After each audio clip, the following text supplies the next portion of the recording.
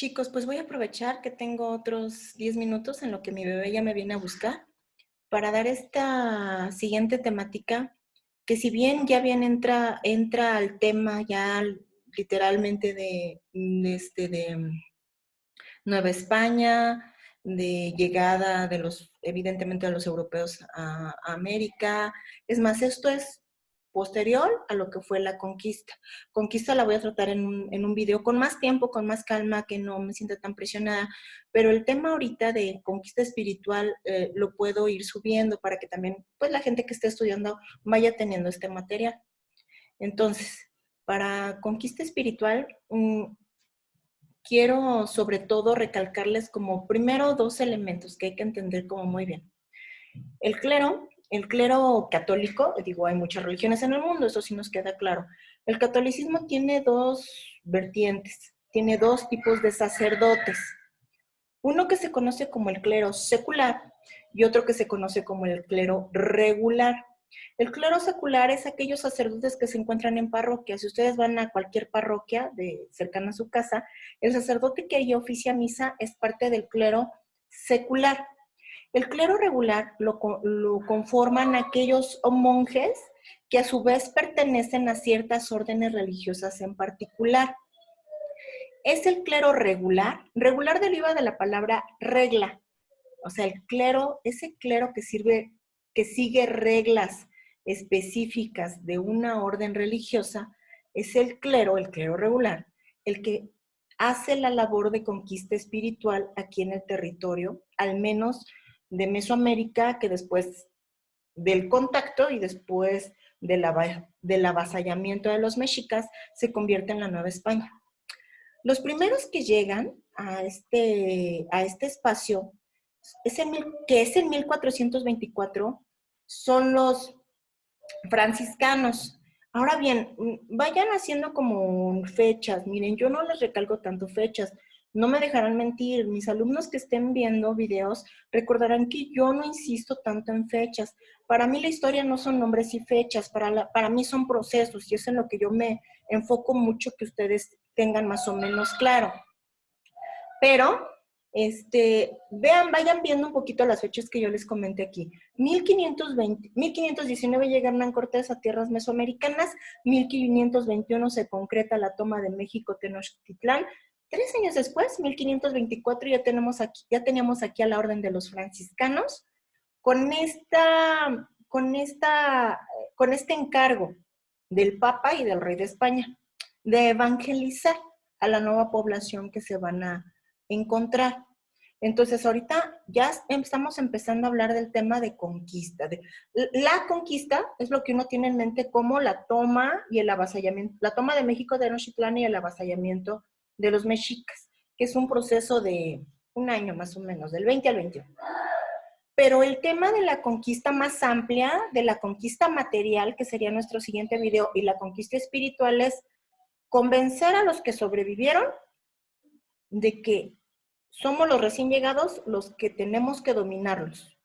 Eso es a lo que refiere realmente el término conquista. Hubo grupos indígenas que no se dejaron conquistar nunca, que nunca se convirtieron, que nunca cedieron, que nunca asumieron y que nunca acataron que los recién llegados los iban a dominar. Hubo pueblos que sí, pero la conquista realmente se dio cuando los que sobrevivieron, cuando los indígenas que sobrevivieron, asumieron que los recién llegados podían dominarlos.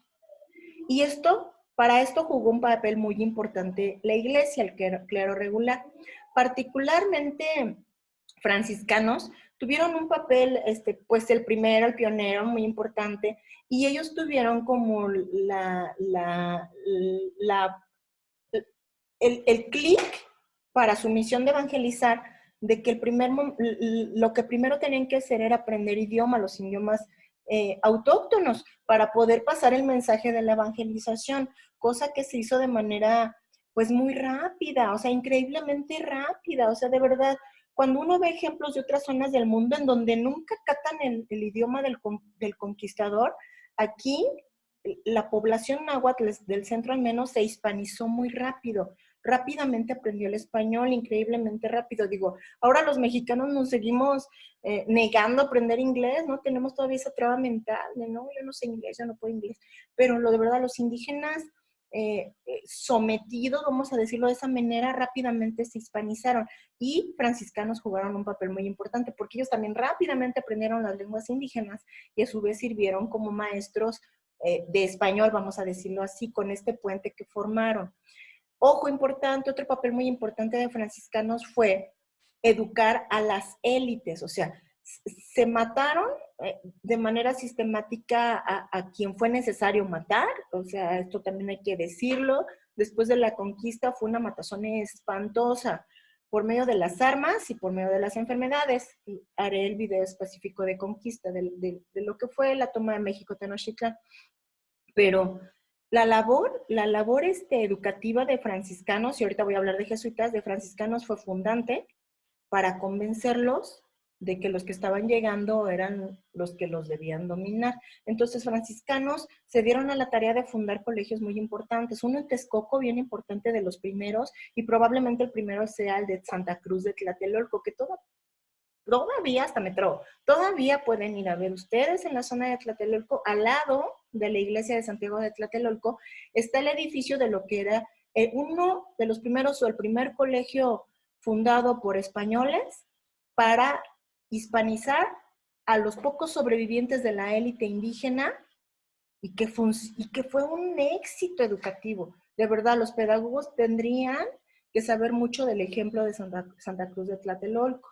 Yo solamente una vez pude llevar un grupo de pedagogos al área de Tlatelolco, a ver la zona arqueológica y llegar a Santa Cruz de Tlatelolco y hablar sobre ello. Pero de verdad yo invito a todos, pedagogos que estén viendo estas ideas, que estén oyendo estas ideas, que conozcan una de las primeras escuelas, probablemente la primera de América, que se fundó para hispanizar a las élites indígenas y para a su vez evangelizar los 1524. La siguiente orden que llega son los de los dominicos, y en mis clases siempre les digo, no se les olviden, mire, como los platanitos, esos chiquitos, los dominicos. Bueno, los siguientes que llegan son los dominicos, estos que están retratados aquí, muy elegantes ellos en blanco y negro, que llegan un añito después, 1525. De aquí, de esta orden, destaca Fray Bartolomé de las Casas, que se volvió uno de los grandes defensores de las causas, de la causa de la defensa de los indígenas. O sea, es un dato que les puede llamar la atención. Pocos años después, ya en la década de los 30, en el 33, llegan los agustinos, que particularmente tienen un impacto muy fuerte en la zona de lo que ahora es Oaxaca. Ellos sobre todo tienen su base ahí en el área de oaxaqueña, y lo mismo, con este afán de aculturar a las élites, porque aculturando a las élites, aculturando a los gobernantes, se aculturaba después a la población, a la gente del común. Finalmente, y ya más tardecito, 30, 40, 50, 60, 70, 40 años después, por último, pero no los menos importantes, llegan los jesuitas. Es una de las órdenes más tardías que se forman, porque de hecho los jesuitas se conforman como una respuesta a la reforma protestante en España, en Europa. Se vuelven un grupo religioso que al día de hoy sigue dando que hablar. Digo, el Papa Francisco actual es jesuita de formación. Que se había dicho en un inicio que no iba a haber papa jesuita, y hoy, 2021 hay un papa jesuita. Entonces, los jesuitas sí se vuelven los grandes educadores de la época colonial.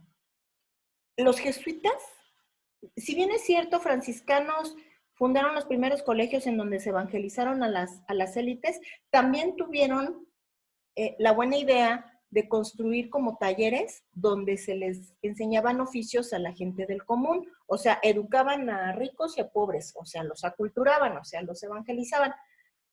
Jesuitas abarcaron todo el amplio público de manera mucho más abarcadora. También uno de sus grandes propósitos fue aprender las lenguas originarias, educar a las élites, que para cuando ellos llegan ya son élites mestizas, muchas de ellas ya son élites, sí, indígenas, pero que ya están viviendo su proceso de mestizaje, y también se vuelven en los grandes educadores de los criollos, ojo con el término, más adelante, que yo no estoy tan presionada acá con mis bebés, me detengo a hablar un poco del criollismo.